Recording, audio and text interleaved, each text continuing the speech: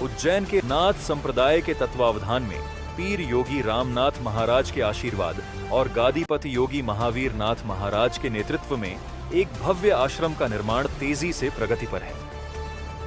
यह आश्रम वृद्धजनों, निराश्रित बच्चों और नशा मुक्ति हेतु समर्पित होगा, जहां भोजन, आवास, चिकित्सा और पुनर्वास की संपूर्ण सुविधाएं उपलब्ध रहेंगी। आश्रम परिसर में शिवलिंग, वृद्धेश्वर महादेव और तिरुपति बालाजी की स्थापना के साथ साथ निःशुल्क सामूहिक कन्या विवाह जैसे सामाजिक कार्यक्रम भी संपन्न होंगे। हाल ही में आयोजित बैठक में समाज सेवियों और गणमान्य जनों ने सक्रिय सहभागिता निभाते हुए इस आध्यात्मिक एवं सामाजिक पहल को सफल बनाने की रूपरेखा तय की।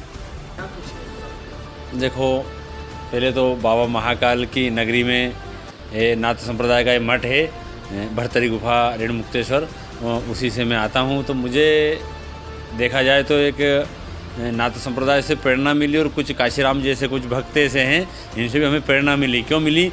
कि जब इन्होंने एक कार्यक्रम किया था डिंडी जोड़ पे, एक इनने स्वामीनारायण मंदिर पे भी वहाँ पर कार्यक्रम ऐसा किया था जो 21 कन्या का। तो मैंने सोचा कि हर बार वहाँ पर 21 कन्या या 51 कन्या, 101 कन्या जितनी हो जाएगी, वहाँ पर हम लोग बैठकर वहाँ की व्यवस्था बनाएंगे और उनकी शादी विवाह वहाँ पर हम करेंगे। तो मैंने क्या सोचा कि भाई ये मातृ शक्ति है, वृद्ध हो जाती है, कोई लंगड़े हो जाते हैं, कोई परेशान होते हैं घर परिवार से। तो हम लोग ने ये व्यवस्था देखी कि हम एक यहाँ पर एक आश्रम बना दे। तो उसी की उपलक्ष्य में एक आश्रम बनाया हमने। यहाँ पर आश्रम बना के उन लोग को एक परिवार जैसे हम लोग यहाँ पर रखेंगे। तो हम साधु संत परिवार को तो हमने कभी सुख भोगा नहीं, तो उनका ही मुख देखकर हम लोग की आत्मा तृप्त हो जाएगी। और कुछ लोग यहाँ पर दुख पीड़ित, आप लोग देखे बाबा महाकाल के यहाँ कई पड़े रहते हैं, कई परेशान होते हैं। तो हम लोग ने इसके लिए एक व्यवस्था बनाई है यहाँ पर, तो मातृशक्ति के लिए। और मतलब वृद्ध लोग रहेंगे, कैसे भी लोग रहेंगे, उनको ला के यहाँ कर परिवार जैसे खाना पीना, जैसे हमसे सुचारू रूप से व्यवस्था एक इलाज की होगी, वो भी सारी व्यवस्था यहाँ पर हम लोग ने रखी है। और उसके बाद में हम लोग ने एक तिरुपति बालाजी की मूर्ति की प्राण प्रतिष्ठा भी यहीं पर होगी। आपने देखा है कि यहाँ मंदिर सामने बना हुआ है।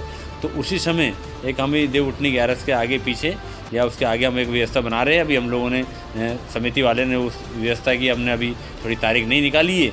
जैसी तारीख निकलेगी और उसका हम रूपरेखा बना के आप लोगों को भी बताएंगे हम लोग।